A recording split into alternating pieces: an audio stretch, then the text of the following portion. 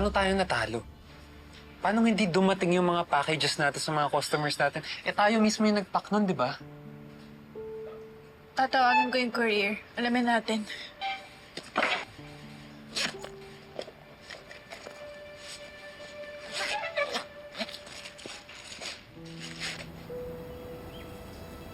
Naiwan ko yata yung phone ko sa bahay. Kahit naman tawagin natin yung courier, kung ano lang talaga yung na-receive din ng packages, yun ang din yung madideliver nila eh. So sinasabi mo ba na baka kulang talaga yung napack natin? Paano naman nangyari yun? Eh bago tayo umuwi, siniguro natin na lahat ng orders na-pack natin. Paano kung may kumuha ng mga packages? Baka may nanabutahe. Investigahan natin. Tara. Tara.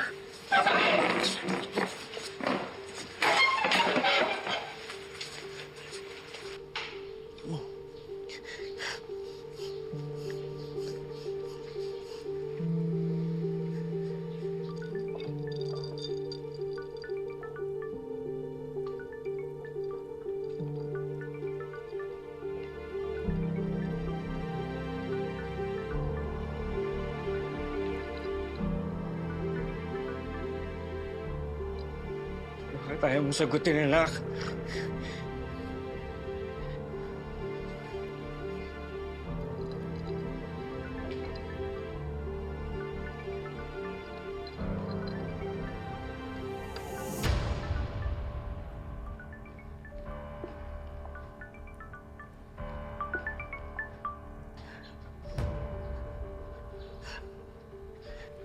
Ito. Hindi si Divina ang tunay mong ina. Niloloko ka lang niya. Huwag ka nang babalik doon. Makita na lang tayo sa dati nating bahay.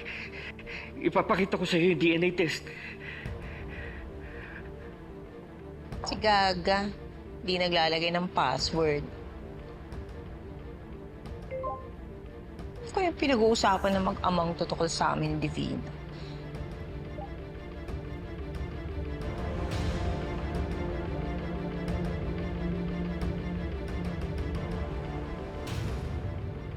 OMG! Sana mabasa ni Princess yung message ko. Kailangan malaman to ni Divina.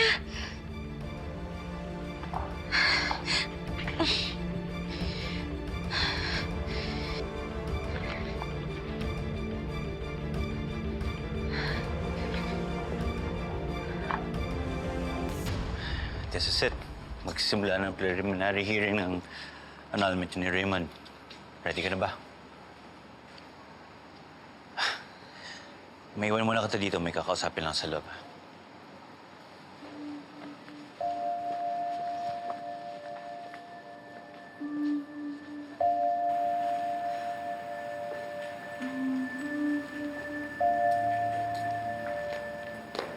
What are you doing here?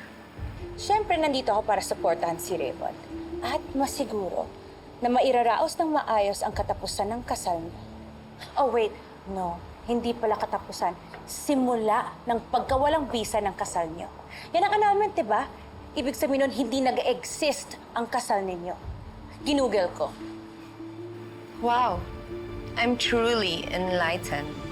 Sana ginugil mo rin yung illicit affairs.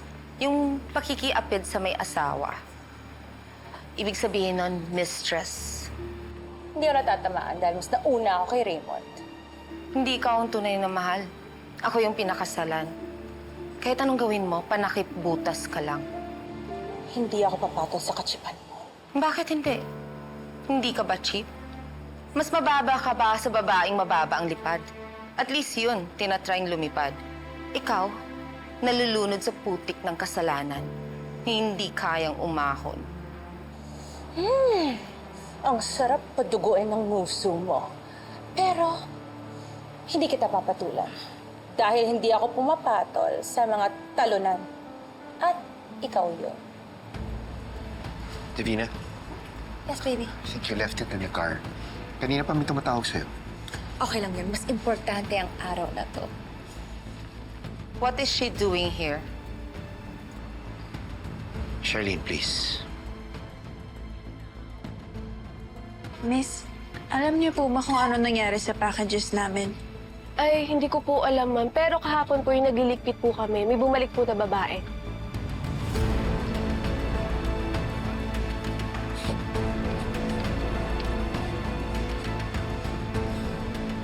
Check natin yung mga basura. Tara.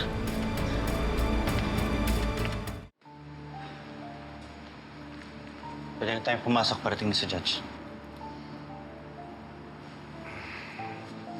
Manos na tayo. Si Adrian, lawyer ko. Itong babaeng to, ano to? Anong gagawin niya dito? Ha? Scorer? Watcher? Accessory to the crime ng infidelity? Ganyan talaga mga Peter. Daldal. Let's just get this over with ng maayos at peacefully, okay? Nasaan ang lawyer mo? Parating na siya.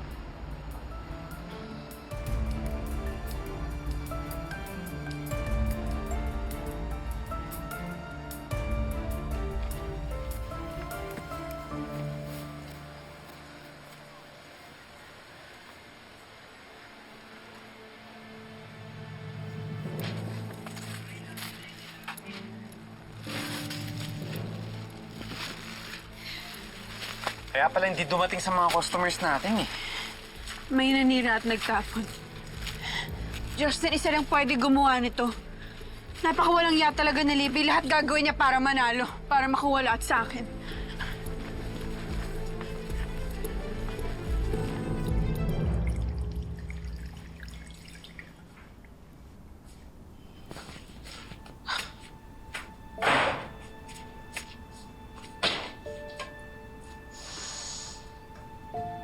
Kahit anong ayos mo, mukha ka pa rin basura. Kabit, mistress, homewrecker. Yan ang tunay na basura na sumisira at nagpapabaho sa society. Ang sinasabi ko, hindi mo na kailangan magpaganda. Dahil may nanalo na. Oras na maanalang kasal niya ni Raymond. Magpropose siya sa akin. Magpapakasal kami. At hindi na ako magiging kabit. Ako na ang magiging Mrs. Raymond Cristobal. At nanay ni Libby. Ikaw, pupulutin na lang sa kangkungan. Pwede mong agawin ang asawa ko. Pero yung anak ko, hindi mo siya pwedeng kunin sa akin. Talaga? Eh parang matagal na nasa akin si Libby. Tapos ngayon, nasa akin na rin si Princess. Kawawa ka naman, wala akong kasama. Mag-isa ka na lang. Sige. Tumawa ka lang. Pero iiyak ka rin. Alam kong marami kang ginawang masama. At balang araw, malalantad din yung baho mo. At lahat ng kasalanan mo, pagbabayaran mo. Oo, takot ako.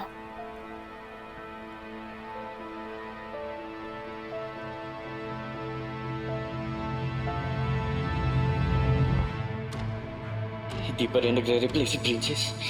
Nabasa kaya niya yung message ko. Sana naman.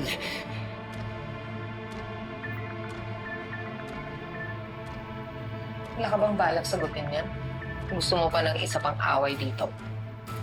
Kilala mo ako. Wala akong inuurungan. Pero babalik ako, hintayin mo ako. Sasagutin ko lang to.